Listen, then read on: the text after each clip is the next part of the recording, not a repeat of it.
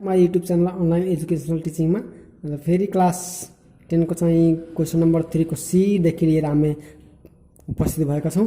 त्यसमध्ये त्यस क्वेसनमा रहेको छ, एउटा पसलले रु 60,000 अङ्कित मूल्य भएको वस्तुमा 60,000 अङ्कित मूल्य भएको वस्तुमा 15% छुट दिएर मूल्य अभिवृद्धि कर लगाएर रु 57,630 मा बिक्री गर्यो भने मुख्य मूल्य अभिवृद्धि करको दर कति होला पत्ता लगाउनुहोस् भनेर भनेको छ।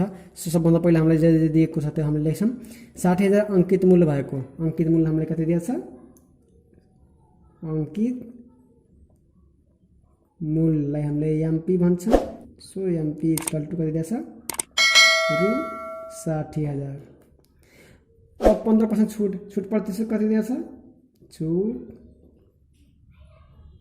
प्रतिशत बराबर 15%। अब मूल्य वृद्धि कर सहितको मूल्य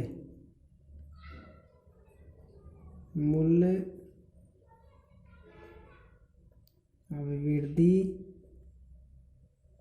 कर सहितको मूल्य बराबर रु 57,630 दिएछ। अब यति कुरो मात्रै हामीलाई दिएछ। अब यसबाट हामीले के निकाल्ने हो, मूल्य वृद्धि करको दर कति होला भनेर पत्ता लगाउनु भनेको छ। हामीले भ्याट पर्सेन्ट भनेर कति दिएछ त्यो हामीले निकाल्नु पर्ने छ। सो अब सबभन्दा पहिला हामीले छुट रकम निकाल्नु पर्छ। सो छुट रकम बराबर हामीले वाट गरौँ। सो अब प्रश्न अनुसार छुट रकम बराबर, अब छुट रकम अंकित मूल्यमा चाहिँ यति 60,000 को 15% छुट दिएछ। सो एमपी को 15%। अब एमपी भनेको कति हो, रु 60,000। सो 60,000 इन्टु 15 को 15 हुन्छ, प्रतिशत घट्यो भने 100 ले डिभाइड हुन्छ। अब यो दुईटा जिरो कट्छ हैन, अथवा यो 60,000 इन्टु 15 गरिदिने, 15 सका 90, त्यसपछि अनि फेरि यो 100 ले डिभाइड गरे पनि त्यही एउटा कुरो आउँछ। अब यहाँ बाँकी के बच्यो, 60,600 बच्यो इन्टु 15, यो दुईटा गुण गरिदिने, 15 सका 90,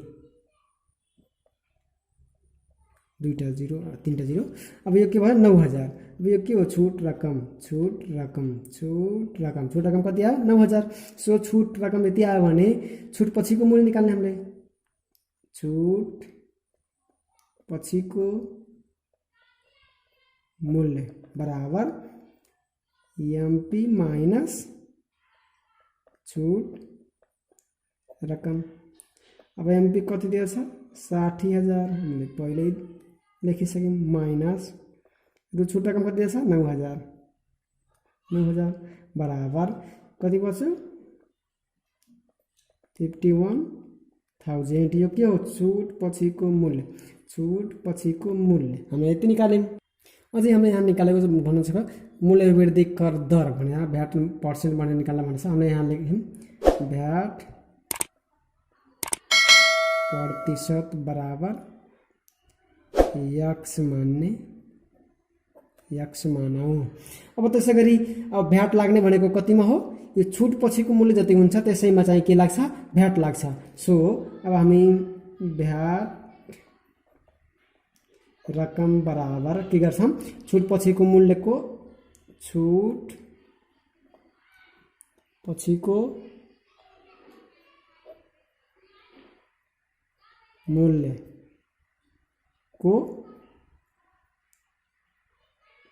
भ्याट प्रतिशत हैन, छुट पछि मूल्यको भ्याट प्रतिशत यो सूत्र हो। यसरी हामीले यो यसबाट निकाल्न पर्छ। अब त्यसभन्दा पहिला हामीले भ्याट रकम निकाल्ने, हामीले के भयो, छुट हामीलाई यति दिएछ हैन। अब त्यसमध्ये हामीले 60,000 यो दिएछ अङ्कित मूल्य, भ्याट सहितको मूल्य कति दिएछ, यति दिएको छ। अब यो भ्याट सहित यसमा भ्याट पनि जोडिएको छ र यो छुट नदिएको रुमलाई है हामीले यहाँ निकालेछौँ कति 51,000 दिएको छ। अब 51,000 मा भ्याट रकम जोडेर यो पुरै आएको 57,000। सो भ्याट रकम हामीले निकाल्दाखेरि भ्याट रकम बराबर छुट पछिको मूल्य। हामीले भ्याट रकम निकाल्दाखेरि भ्याट सहितको मूल्य यति हो। अब नि भ्याट केमा लाग्छ छुट पछिको मूल्यमा लाग्छ। सो छुट पछिको मूल्यलाई हामीले घटाउनु पर्छ। अब यहाँ हामीले रु 57,630 माइनस रु छुट पछिको मूल्य कति छ 51,000। सो रकम कति आउँछ भ्याट रकम 6,630। यो के हो भ्याट रकम।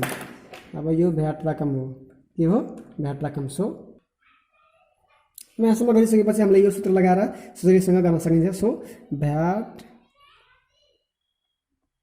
अब फेरि भ्याट रकम बराबर भ्याट सहितको मूल्य भ्याट सहितको मूल्य को भ्याट प्रतिशत बराबर भ्याट रकम हामीले कति निकाल्यौँ 6,630 अनि भ्याट सहितको मूल्य कति रहेछ रु 57,000। यहाँ भ्याट हैन है यो छुट हो। छुट सहितको मूल्य कति रहेछ 51,000 को भ्याट पर्सेन्ट भनेको हामीले भ्याट कति मानेछौँ 100%। सो 100% बराबर 6,630।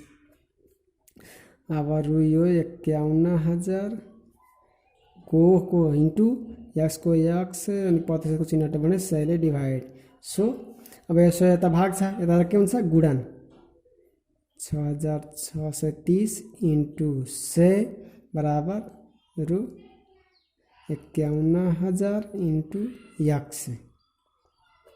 सो यो दुईटैको गुणन गर्छौँ भने 6,63,000 हुन्छ बराबर। अब हामीले यसलाई नलेखौँ यो एक्स यहाँ गुणनमा छ। अब एक्सको मान निकाल्ने हो त्यसले हामीले यसलाई यसलाई फाल्न पर्छ। अब यो 51,000 यता छ यो बराबर भन्दा यता आउने के हुन्छ डिभाइड बाई 51 हुन्छ। So 51,000 equal to X. So X बराबर अब यो दुईटैले हामीले भाग गर्छौँ भने बराबर कति हुन्छ 13%। सो मूल्य अभिवृद्धि कर दर एक्स बराबर 13% आन्सर। त्यसै गरी फेरि अर्को क्वेसन रहेको छ डी नम्बरमा सेम क्वेसन रहेको छ अङ्कहरू मात्रै पर्सेन्टेजहरू मात्रै फरक दिएछ गर्ने तरिका सबै यसको सेम हो। अंकित मूल्य 64,000 भएको ल्यापटपमा 12% छुट दिएर सही प्रतिशत भ्याट जोड्दा यति रकम हुन्छ तिर्नुपर्दछ भने भ्याट रकम र प्रतिशत पत्ता लगाउनुहोस् भनेर भनेको छ। सो अब हामीले त्यही अनुसार गर्ने हो। जे दिएको छ त्यो सबभन्दा पहिला हामीले यहाँ लेख्नुपर्छ त्यो लेखौँ। अंकित मूल्य हामीले कति दिएछ 64,000 छुट प्रतिशत कति दिएछ छुट प्रतिशत बराबर 12%। अरू भ्याट जोड्दा भ्याट सहितको मूल्य कति दिएछ भ्याट सहितको मूल्य चाहिँ 63,641.5 रुपियाँ दिएछ। अब हामीले के निकाल्न भनेको छ भ्याट रकम र प्रतिशत भ्याट रकम इक्वल टु भ्याट प्रतिशत बराबर एक्स मानौँ है। अथवा यसको पनि हामीले एक्स गरे पनि हुन्छ एक्स गरे पनि हुन्छ अथवा वाट गरे पनि हुन्छ। प्रश्न अनुसार हामीले सबभन्दा पहिला के निकाल्नुपर्छ छुट रकम। सो छुट रकम अब छुट रकम के दिएछ अंकित मूल्य 64,000 को चाहिँ 12% छुट हो। सो एमपी को 12%। अब एमपी भनेको कति दिएछ 64,000 को 12%।